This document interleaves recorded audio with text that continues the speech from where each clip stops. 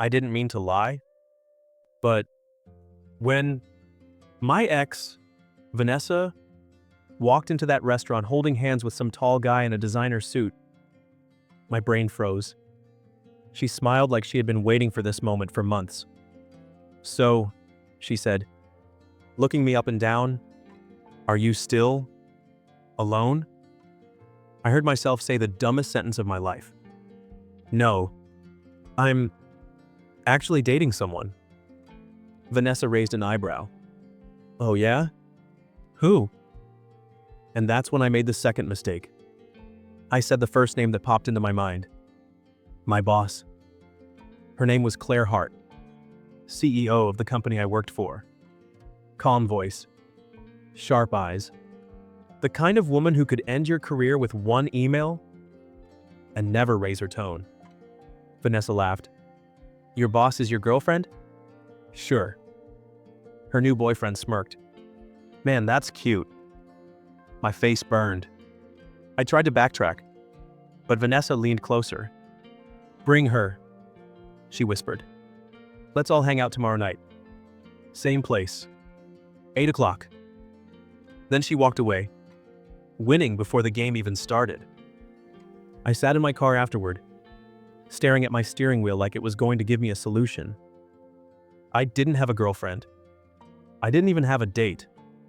And now I had exactly 1 day before my lie exploded. The next morning, Claire called me into her office. I thought I was getting fired. Instead, she said, "You've been distracted lately. Sit." Her office smelled like black coffee and expensive paper. "What's going on?" she asked. I swallowed. This is going to sound insane. Claire didn't blink. "Try me." So I told her everything. Vanessa. The restaurant. The lie. The challenge. When I finished, the silence was so heavy I could hear the air conditioner. Claire leaned back. "So, you want me to pretend to be your girlfriend?" "I know it's impossible," I said quickly. "I'll figure out something else." "No," she said. I froze. "No, as in..." "No," she repeated, then paused. "Unless you agree to my condition." My stomach tightened. What condition? Claire stood up, walked around her desk, and stopped right in front of me. "One night," she said. "Public event. Dinner. Smiles. Touching your arm. Selling the lie." I nodded fast. Yes, thank you." "And," she added, "one kiss." I stared. "Wait. What?" "One kiss," she said again. In front of them. "So it looks real?" "That's a lot." Claire's eyes stayed calm, but her voice lowered. "It's the price," she said. "Because if I do this, you don't get to panic and pull away." I could have said no. I should have said no. But I remembered Vanessa's smile. So I whispered, "Deal." Claire held out her hand like it was a business contract. I shook it. And that's when she said the line that should have warned me. "Good," she said, "because I don't do anything halfway." That evening, Claire texted me one address. A clothing store downtown. When I arrived, she was already there, wearing a black coat, hair pinned up, looking like she belonged in a movie. "I'm not doing this to help your ego," she said as we walked inside. "I know," I replied. Claire looked at me. "Then why am I doing it?" I opened my mouth, but nothing came out. She sighed. "You're going to wear something that makes you look like you didn't give up on life." A stylist brought options. Claire chose without hesitation. While I changed, I caught myself wondering what kind of woman agrees to something like this, and why her condition sounded less like a joke, and more like something she needed. When I came out, Claire nodded once. "Better," she said. Then she surprised me by adjusting my collar herself. Slow, careful, like she was used to touching people without asking. My heart kicked. She noticed. "Control yourself," she murmured. "I am." "You're not," she said, almost smiling. The restaurant was full. Warm lights. Soft music. The kind of place where people pretend their lives are perfect. Vanessa was already there. She stood up when she saw us. And for the first time since the breakup, her smile twitched. Claire walked in like she owned the building. Her hand slipped around my arm naturally, like it belonged there. Vanessa's boyfriend stared too long. Vanessa recovered fast. "Wow! I didn't think you'd actually come." Claire tilted her head. "Why wouldn't we?" Vanessa's eyes narrowed. "So you're really together?" Claire looked at me, then back at Vanessa. "We are," Claire said. The waiter brought drinks. Vanessa tried to keep control, but she kept watching Claire instead of me. That's when I realized something. Vanessa wasn't just jealous. She was threatened. Because Claire wasn't a new girlfriend. Claire was the kind of woman Vanessa always wanted to be. Dinner started normal. Then, Vanessa's boyfriend said, "So, Claire, what do you do?" Claire answered smoothly, "I run Hart & Co." His face changed. "Wait, Hart & Co? That's your company?" "Yes," she said. He laughed awkwardly. "No offense, but I thought you were like a manager or something?" Claire smiled politely. "I don't take offense." Then he turned to me. "So you're dating the CEO? Convenient." Vanessa jumped in. "Yeah, it kind of sounds fake." Claire didn't flinch. She reached under the table and took my hand. My entire body reacted like electricity. Claire squeezed once, like she was grounding me. Then she leaned in close to my ear. "Get ready," she whispered. "They're going to push until you break." I swallowed. "What do I do?" Claire's voice stayed calm. "Let them try." Vanessa stood up suddenly. "You know what?" she said, loudly enough for nearby tables to hear. "This is ridiculous." People looked. Vanessa smiled like she was about to win. "Prove it," she said. "If you're really together, prove it."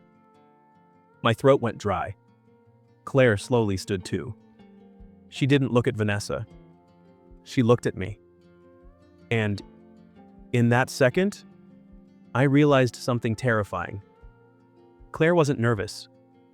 She was ready. She stepped closer. "Remember our deal?" she whispered. Then she placed a hand on my cheek and pulled me in. The kiss wasn't quick.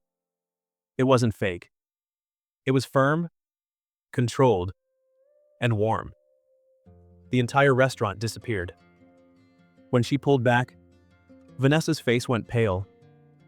Her boyfriend looked uncomfortable, like he suddenly felt small. Claire smiled softly. "Any other questions?" she asked. We sat down again. The air felt different. Vanessa tried to laugh it off, but her voice shook. "Okay. Wow. I didn't expect that." Claire's hand stayed on mine, but when I looked at her, I noticed something I hadn't seen before. Her eyes were a little glossy. Not dramatic. Not emotional in public. Just human. See? When Vanessa went to the restroom, Claire leaned back and let out a breath, like she had been holding it all night. "You okay?" I asked quietly. Claire looked at the table. "I hate people like her." "Why?" Claire's jaw tightened. "Because they enjoy hurting someone who already suffered." I stared. "You don't even know me like that." Claire finally looked at me. "I know more than you think," she said. Then she added, almost like it slipped out. I know what it feels like to be replaced. My chest tightened. Claire. She shook her head. Don't. But her fingers squeezed mine again. And I understood. The kiss wasn't just for the lie. It was personal. Vanessa came back, eyes sharp. She leaned in. You know what's funny? She said to Claire. Men like him always need someone stronger to carry them. I felt anger rise. Before I could speak, Claire said, and women like you always need an audience. Vanessa's smile vanished. Claire continued calmly. You didn't come here to catch a lie. You came to prove you still control him. Vanessa's voice got cold. I don't. Claire nodded slowly. Then, stop testing him. Vanessa looked at me like I was supposed to defend her. I didn't. For the first time in months, I didn't try to keep the peace. I looked at Vanessa and said, You left. You chose someone else. You don't get to come back and laugh at what's left. Vanessa's eyes widened. I wasn't just defending the lie. I was defending myself. Outside the restaurant, the air was cold. Claire walked beside me in silence. Then she stopped near her car. That was enough, she said. I nodded. Thank you. She looked at me. Really looked. You're not weak, she said. You're just trained to apologize for existing. That hit me harder than the breakup. I laughed softly, but it came out bitter. So what now? Claire stepped closer. But this time, she didn't touch me. Our deal is over, she said. My heart dropped. Then she added, quieter, unless you want something real. I stared at her. Claire, are you serious? Claire's lips pressed together like she was deciding whether to risk it.